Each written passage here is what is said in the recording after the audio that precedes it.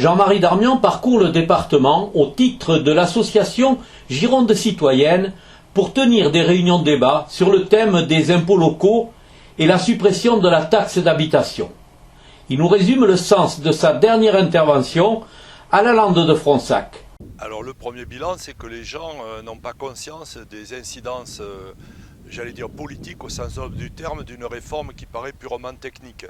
En fait, on va accentuer ce que l'on appelle une fracture sociale à l'intérieur même des territoires, à l'intérieur des communes, parce qu'il y aura désormais deux catégories de citoyens, ceux qui s'acquitteront d'une contribution à l'égard du fonctionnement local, les propriétaires, par le transfert du foncier bâti, et l'autre catégorie, les locataires, dont les revenus leur permettront d'être totalement exonérés de la taxe d'habitation et qui, à ce titre-là, n'auront plus aucun lien citoyen entre leur commune et leur action quotidienne, ou ce qu'ils réclament au quotidien.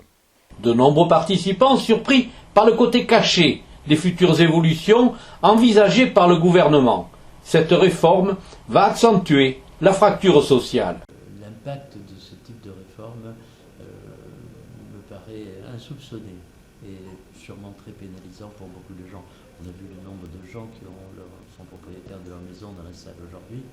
Et il est bien évident que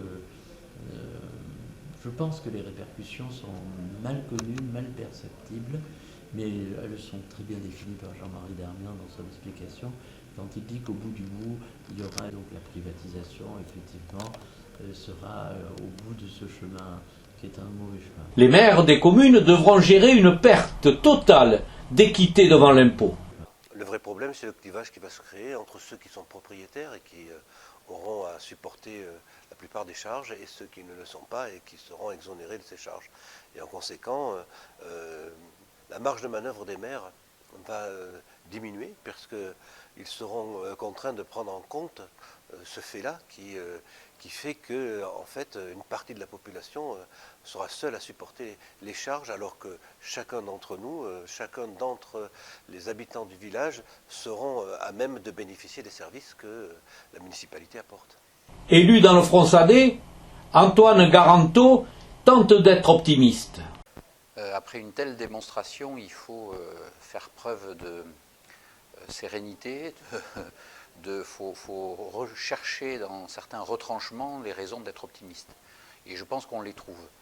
Mais il est clair que la démonstration que Jean-Marie Darmian nous fait ce soir sur la fiscalité locale, elle dénonce, je ne vais pas dire un complot, mais en tout cas une démarche politique relativement claire qui vise à, effectivement, la finalité, c'est la privatisation de tout un pan de la société, de tout un tas de services publics, de prestations solidaires. Et ça, c'est quand même effectivement très inquiétant. Donc, effectivement, on peut sortir de là très pessimiste, mais bon, on voit parfois à certains endroits des mobilisations citoyennes, alors qui sont très locales, donc qui sont chacune très insuffisantes, mais qui, rajoutées les unes aux autres, peuvent peut-être créer des mouvements importants.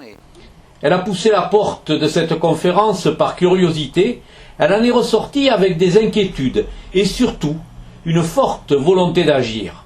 Cette forme de fracture sociale qui est existante aujourd'hui à travers certains mouvements sociaux, on l'entend dans les sorties d'école. Et moi j'ai peur en fait que des éléments comme cela finalement ne fassent que attiser ce type d'aller regarder un peu le voisin, qu'est-ce qu'il a, et voilà, ce genre de choses-là. Qu'est-ce que je vais faire maintenant ? C'est intéressant. Je vais prendre des engagements moi-même en tant que citoyen, même si c'est déjà aussi le cas au niveau associatif, etc., pour toujours garder aussi l'envie d'aller vers les autres et participer à la vie de ma commune.